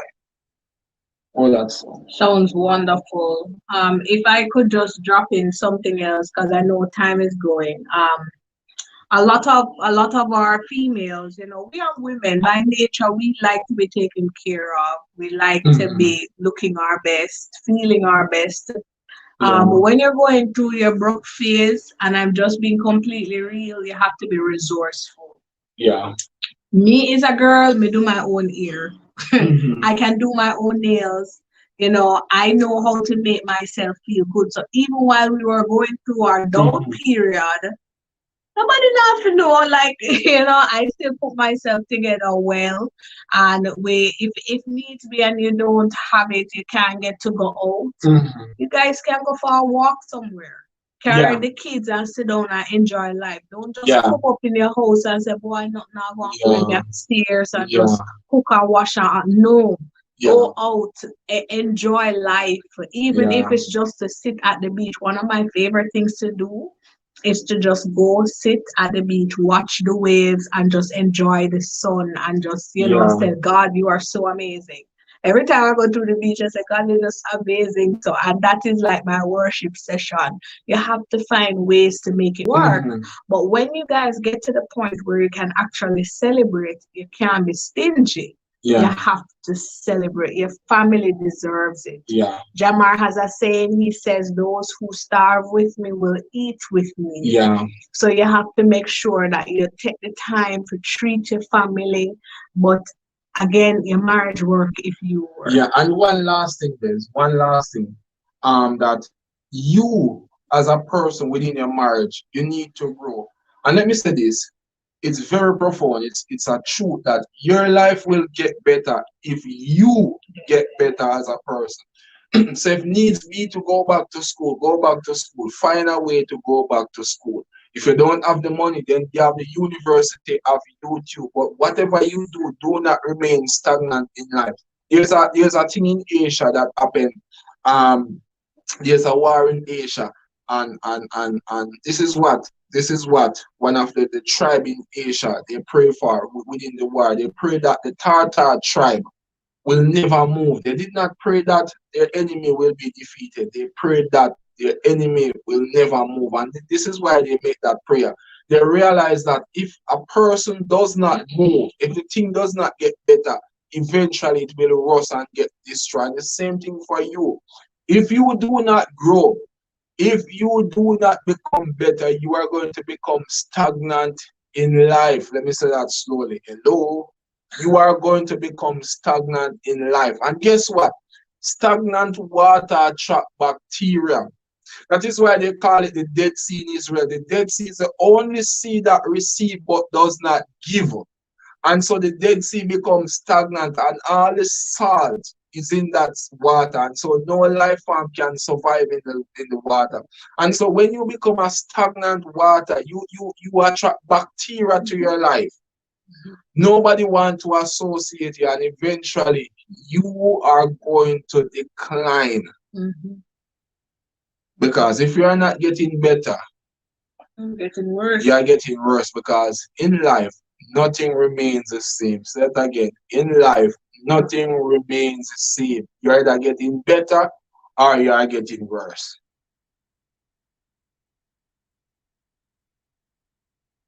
Ladies and gentlemen, I am sure you have been challenged. What is your plan? What is your plan? There's a certain prime minister in Jamaica who came up with a 15-point plan. What is your plan? It is your plan that you're going to use to determine success, determine if you are excelling, determine if you're growing as people in marriage. It is what will guide you, it is what will keep you from being stagnant. Yes, it is what will keep you encouraged in trying moments. It is what will guide you to know that those who starve with you will also eat with you, because there's a plan to start eating one day. There's a plan to start having. I feel like giving homework this evening. After I get such a lesson, this evening I homework week. Homework. Every person on this platform this evening, married or unmarried, must go home, pray, plan, execute, and evaluate. Yeah? And then do it all over again. So when we pray, and you need to write down some plans as to what you're going to achieve in marriage. Is more than just coming together for procreation. You would have heard that. Marriage is more than just getting a sleeping partner. Marriage is more than sharing a space. Marriage is so much more than just having a roommate. You guys are coming together to partner to fulfill purpose. You're coming together to work on the master's assignment. You're coming together to add value to each other. You're coming together to expand. Marriage is intended to be beautiful. It is intended not just to exist, yes, but you are to enjoy it. With those moments of enjoyment, there will come sometimes, yes, some challenges. But when you have a plan, you will negotiate them step by step. Ladies and gentlemen, you have just listened to the powerful story of the Wrights, starting right over there in Bagua, St. Catherine, Jamaica. And of course, Lady Wright started right at Almond Town. Yeah, that place right. If you know Kingston, yeah, inner city. They have started out. It was never easy. There were times when they questioned, does this even make sense? There were times when the money thing run out, the light cut off. And that sometimes would probably spiral some feelings of low seasons, but they kept focused. Only one of the things that stood out for me. It's only 2 years in marriage. And you give up on me already? Can you imagine a rough day, a rough season, the bills cut off, you're in a dark, you're uncomfortable, and you say you don't marry me for good. I better don't hear you complain one day, because I shall remind you, it's only 8 years into the marriage. You married me for good. You married me for good. I will remember. So remember what we said today. Pray, plan, execute, and evaluate. That is our PPE. You're going to do just that. All right? Everybody here should decide, I am going home. Every wife, it is at the start of the year. Jamar gave a very profound example. Reading the Bible right through. Bible has over 30, is it 32? I think 32,000 verses. I think 102, something like that. I could check. But he read the Bible 9 times. 9 times with just reading 1 hour a day. How much things could we achieve by just doing it just a little, just little by little? Sometimes we think we have to get there by tomorrow. Sometimes we think we have to get there by the end of the week. You know, sometimes we respond to life with a lot of impulse. Why not just come up with a plan? For you to have successful life, you need successful years. For you to have successful years, you need successful months. For you to have successful months, there's a need for successful weeks and successful days. Of course, you need successful hours and successful minutes and successful seconds. What is it that you're going to do with your rest of your life? Are you just going to sit down? You know, the part that drives me home funny. All these goals, buying a house, traveling, and that's just it, you know. I remember, you know, as we got married ourselves, we set some goals for ourselves. But after a while, it's like when we get here, oh, what next? It's like, what's next? We have, you know, we have exceeded for us every single goal that we would have set for ourselves. For 10 years, we would have achieved in almost 4 years or less, thereabout. What do you do after that? You know, and this is where you realize you have to go back and start planning again. So we got to go wider. We got to set ourselves, set up our lives based on the purpose that God has for us. What a wonderful presentation. I'm here. Somebody said, teach a course them there. Well, you know, one of the things we must talk about today is the consistency. Because, you know, at some point, some persons would have looked at it and said, but this doesn't make no sense. Wow. But they were consistent in continuing to pursue that which they knew, you know, was the goal, the dream, you know, the vision. And I saw some persons commenting, you know, Sir and Mrs. Wright, that they want husbands like Sir Jamar. But I'm looking at it and saying sometimes, you know, persons will come and say, oh, Mom, this is so because so-and-so don't look a certain way. It is not encouraged. Yeah.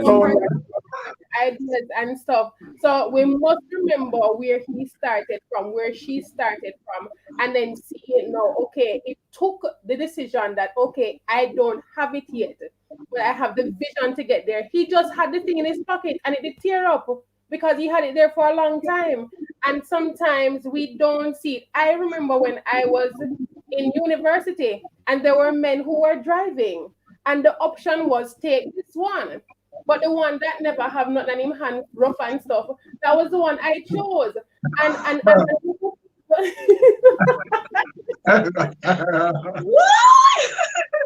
lot of people will look now at the pictures and say, boy, I in that. But he was the same person you saw before. A lot of Jamars are hanging around, but a lot of persons are pursuing these Jamar because they want to see it now. And so we have to be at the place to say, okay, then it's not all about the money in the pocket, no, but moving forward to say, okay, I'll make the sacrifice, I'll make the investment because I understand what is there. That's going to be the end product. I don't get there yet, but we can make the commitment to work together as a team. Lady Natasha saw that he had something that, okay, no man, this really makes sense. And she admired that and she went for it to realize that there was so much in it. We have to I love that you said it because our society is telling our women today that the men must come fully packaged and prepared. So in other words, it must come look like everything that you want. And that's the point of my story. I'm saying to you that you have to make sure that those things that are important in terms of having a strong character, integrity, the person, you know, is godly, the person won't lie and won't be dishonest and run off with 10 other women and all these different things. You have to ensure those things are right. And if those things are solid, everything else you can make up or fix up. So, even now, I love it when Jamar shows me sometimes his DMs or stuff when women seem to be seeking after him, because I'm saying to myself, Yeah. boy, me do a good job, man, my husband look good. Yeah.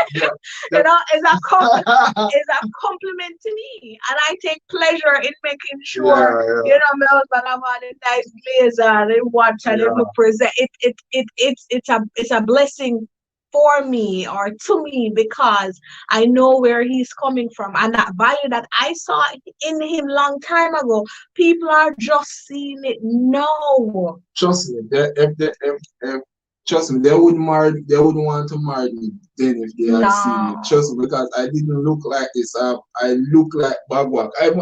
Even have a picture right now on my phone when I was sitting in Bagwak with my grandmother. And trust me, poverty can make you look ugly. Yeah. Trust me, read my lips. Poverty can make you look ugly. So this is Rosie Lego Beast that was in poverty. I know, I can tell you, trust me, trust me. And so, but you have to have a mindset that you want to get out. And a lot of people, let me put it this way, Rob. A lot of people, sometimes they catch the movie in the last. In the last scene, or in climax of the movie. Yeah, they did not see the first part of the movie. Because if they had seen the first part of the movie, they would not watch it. Yes, and that is why a lot of people, they miss success. Because if you had known Barack when Barack was a child, and Barack was best friend, if you had known that Barack would be the next president of America, trust me, you would make sure that you were close to Barack. Because when Barack win and Barack is good friend, it makes a world of a difference. But a lot of people miss that. And a couple of years they say, you know what? I used to go to school with Rob. Remember when Rob had, like a couple of days ago, we were talking about this person. They blew up on social media. That person has become a household name. I don't want to call the person name. But we remember when that person, and even now that person call and talk to us every day, because we remember when that person was, we were talking to that person when nobody knows them, but now that person become a household name. And the truth is that a lot of person falls through the crack of society. Good people, sometimes they were put down, they were crushed, and nobody was there to lift them up. So many great men and women have never fulfilled their potential, because the thing that you are going to become, you do not look like it. Mm-hmm. The thing that most of the time, the thing that we are going to become, we do not look like it. I remember I saw a picture with young Usain Bolt and young Asafa Powell. And at the time, Asafa Powell was the man. And the little boy, he was at Asafa getting Asafa signature, and Usain sit right beside Asafa, was looking into space. And I was saying, I wonder if that little boy had known that Usain Bolt would have been the living icon that he had. I wonder if that little boy would have got one of Usain Bolt pair of shoes and signed it. And if he had put that on auction today, that pair of boot would have valued millions of dollars. But here that little boy was, he was standing beside two giants of a man, but he only received the autograph from Asafa. Many times we are standing beside giant people who are going to change the world, but we cannot see it. Because the thing about man look at the outward appearance, and that is what limit human being. When God said man only see the outward appearance, he was showing how limited man is, because we cannot see within the next person. Only God can. And so we are limited. And so when we look at Robdon, we can't see all of what Robdon will do in the next future, or your wife. And so we can judge by mere outward appearance. So if you jump out of Mercedes Benz, we say, you know what, you have some money, we will treat you better than somebody who jump out of a car, not so good. But you don't know if the not so good person have some money, right? And we don't really know if the Mercedes person really have some money, but we judge based on our outward appearance. That makes sense. Did I land the plane? Yeah, you land the plane.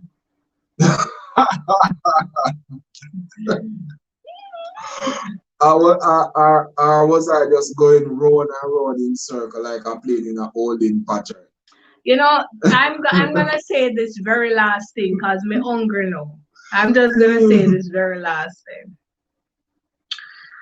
Earlier this week, Jamar was there complaining because he had asked me to do something about a month ago and I still have not done it.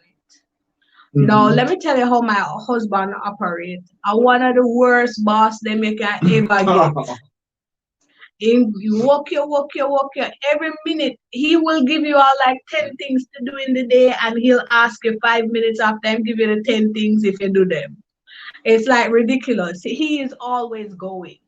And so sometimes it's hard for me to keep up because I have stuff doing as well and I love peace and quiet. If you ask him, if you put me in a room all by myself all day, I'm good. I'm good. I'm good with that. That's just me, right? So he was there complaining. I said, I asked you a long time to do this thing and you don't do it and whatever. So I said, okay, I'm gonna do it. I did what he asked me to do. And we got a good response from the person. He went ahead, he wrote an article. Guys, I kid you not. Jamar got up in the morning. He took about 45 minutes. He wrote an article. He wrote an article about succession planning, success and succession planning. And he said,